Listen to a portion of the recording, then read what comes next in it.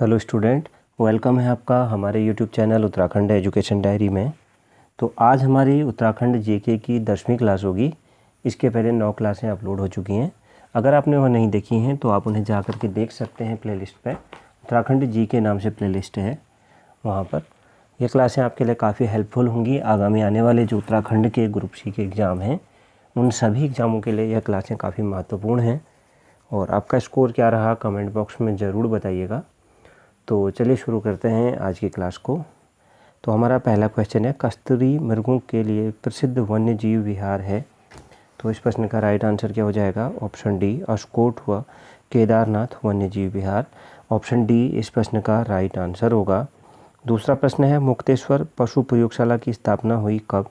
तो option D 1893 में। Option D इस प्रश्न का राइट आंसर हो जाएगा।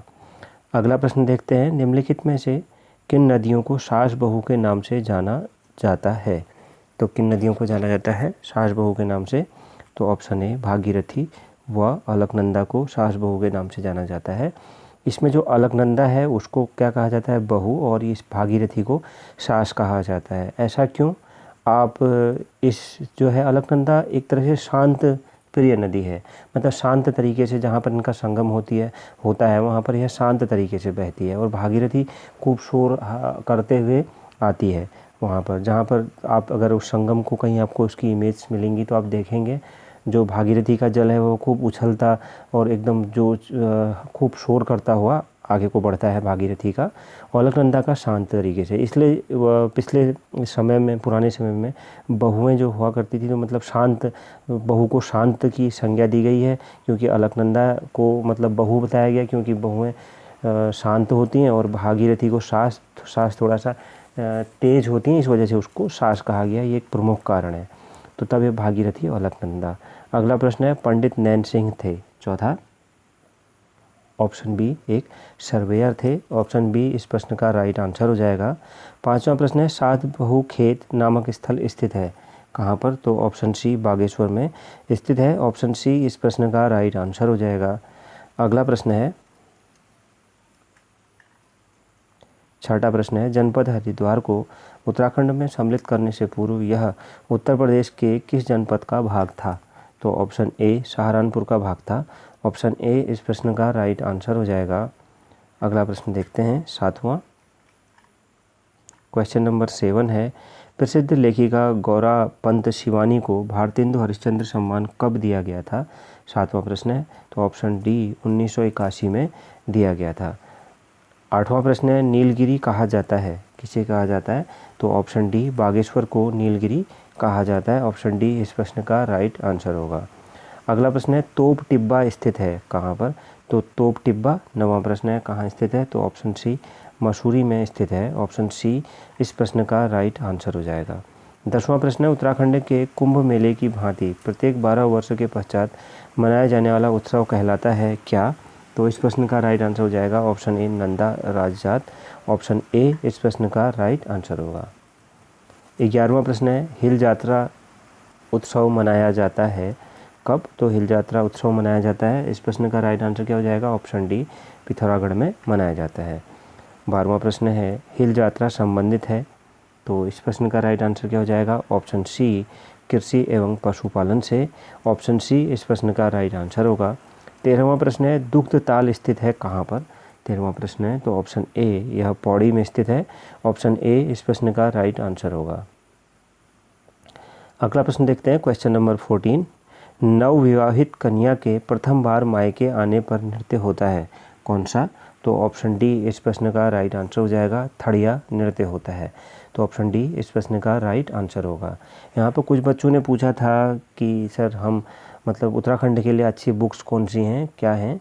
तो देखिए, परीक्षावाणी एक बुक है, लेकिन परीक्षावाणी बुक जो है, जैसे आपने देखा होगा अगर आपने बीए के एग्ज़ाम दिए हैं तो या एमए के एग्ज़ाम पहले दिए थे, जैसे जब सेमेस्टर सिस्टम नहीं था तो उससे पहले अगर आपने इस तरह के एग्ज़ाम दिए हैं तो आपने ज़रूर एक लक्ष्मी करके एक छोटी सी बुक्स आती थी।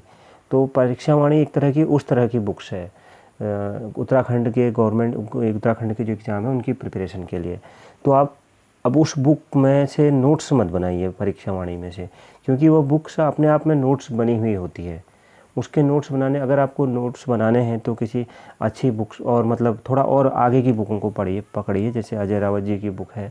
इसके अलावा बहुत से लेखक राइटर्स की बुक हैं, आप जानते होंगे उनको, तो उनकी बुक्स को आप पढ़िए, उनसे आप नोट्स बनाइए। परीक्षा वाणी के नोट्स मत बनाइए, क्योंकि परीक्षा वाणी बुक्स जो है वो अगर आप नहीं पढ़ पा रहे हैं उत्तराखंड गवर्नमेंट एग्ज़ाम देने से पहले, क्योंकि वो बुक ही सारी नोट्स ही है, वो आप देखेंगे उसमें कई जगह पे ब्लैक कलर से लिखा होता है, तो आपको वो ब्लैक मार्क जो है वहाँ पर वो पढ़ना है। पूरी बुक आपको रिवीजन करनी है बार बार परीक्षा वाणी की, तो वो उस बुक के नोट्स बिल्कुल मत बनाइएगा। अन्य, क्योंकि मैंने आपको बताया जैसे बीए के एग्ज़ाम में पहले लक्ष्मी चलती थी, उस तरह की वो बुक है, तो उसको अंत में पढ़ा जाता है ज़्यादातर। जो अब बड़ी बुक्स को पढ़ लेते हैं, जो कई मतलब एक सब्जेक्ट वाइज जिसमें अलग अलग एक टॉपिक पे जो विशेष बुक हैं वो अगर आप पढ़ लेते हैं तो उसके बाद परीक्षा वाणी का नंबर आता है। ये एक हमारी अपनी राय है, मतलब जो हमारे ऑफलाइन कोचिंग से है यहाँ पर ये चलता है, उस तरह से मैं आपको बताने की कोशिश कर रहा हूँ कि मतलब आप उस तरीके से उस बुक को परीक्षा वाणी को लें, उसके नोट्स ना बनाएं, वो अपने आप में नोट्स है। उस बुक के पर चैप्टर को पर डे एक चैप्टर उसका पढ़ डालिए। ऐसे अगर 5-6 रिवीजन आप पूरी बुक के कर लेते हैं तो आपको बुक के बहुत सारे क्वेश्चंस आ जाएंगे। इसके अलावा आपको अगर नोट्स बनाने हैं तो जो अन्य बुक्स होती हैं आप उनके नोट्स बनाइएगा। बाकी आप भी तैयारी कर रहे होंगे काफ़ी समय से, तो आपके पास कोई और बेहतर भी आइडिया हो सकता है, तो आप उसको फॉलो करें। 15वां प्रश्न देखते हैं, मोरपीठ सवार गणपति मूर्ति कहाँ स्थित है?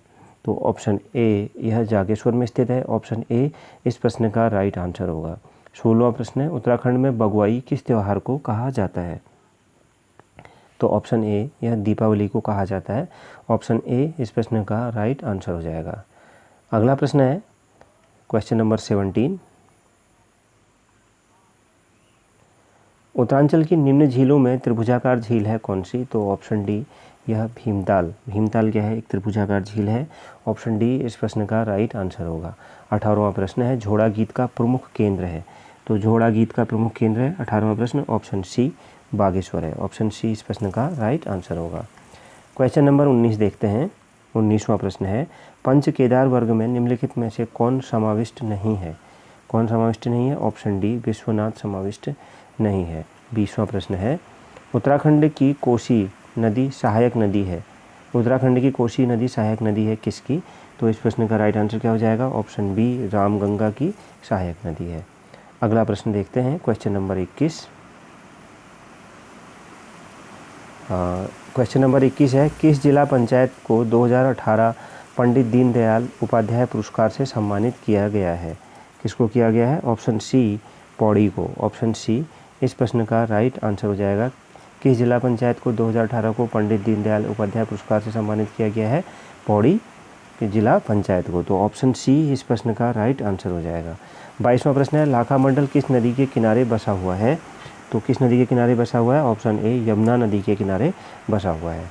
अगला प्रश्न देखते हैं, क्वेश्चन नंबर 13, उस लोक कला को क्या कहा जाता है जिसमें विभिन्न रंगों से देवी देवताओं के चित्र त्यौहार आदि में बनाए जाते हैं? तो क्या कहा जाता है? ऑप्शन बी ज्योति मातृका। ऑप्शन बी इस प्रश्न का राइट आंसर हो जाएगा। क्या? ऑप्शन बी ज्योति मातृका। अगला प्रश्न है 24वां, मिशन गंगा शोध संस्थान कहाँ स्थित है? तो कहाँ पर स्थित है? ऑप्शन सी रुड़की में स्थित है। ऑप्शन सी इस प्रश्न का राइट आंसर होगा। 25वां प्रश्न देखते हैं, क्वेश्चन नंबर 25, काले कौवा त्यौहार के नाम से जाना जाता है? ऑप्शन डी मकर संक्रांति को जाना जाता है। ऑप्शन डी इस प्रश्न का राइट आंसर होगा। 26वां प्रश्न है, नंदा राजजात यात्रा एक धार्मिक यात्रा है, इस यात्रा के मार्ग की लंबाई है कितनी? तो इस प्रश्न का राइट आंसर कितना हो जाएगा? ऑप्शन ए लगभग 280 किमी। अगला प्रश्न है, निम्नलिखित झीलों में से कौन सी षटकोणीय एवं भोजपत्र से घिरी है? कौन सी झील है? तो ऑप्शन डी डोडी ताल से डोडी ताल। ऑप्शन डी इस प्रश्न का राइट आंसर हो जाएगा डोडी ताल। 28वां प्रश्न है, निम्न में से किस झील में गांधी जी की अस्थियों को प्रवाहित किया गया था? तो कौन सी थी जिसमें प्रवाहित किया गया था? तो ऑप्शन सी शरावती ताल। ऑप्शन सी इस प्रश्न का राइट आंसर हो जाएगा। अगला प्रश्न है 29वां, वह स्थान जहाँ प्राचीन गोविषाण नगर स्थापित था? तो इस प्रश्न का राइट आंसर हो जाएगा क्या? Option A Kashipur.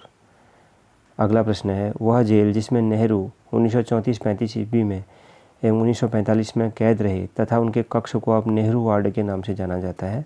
तो option B Almora, option B इस प्रश्न का राइट आंसर हो जाएगा। अगला प्रश्न है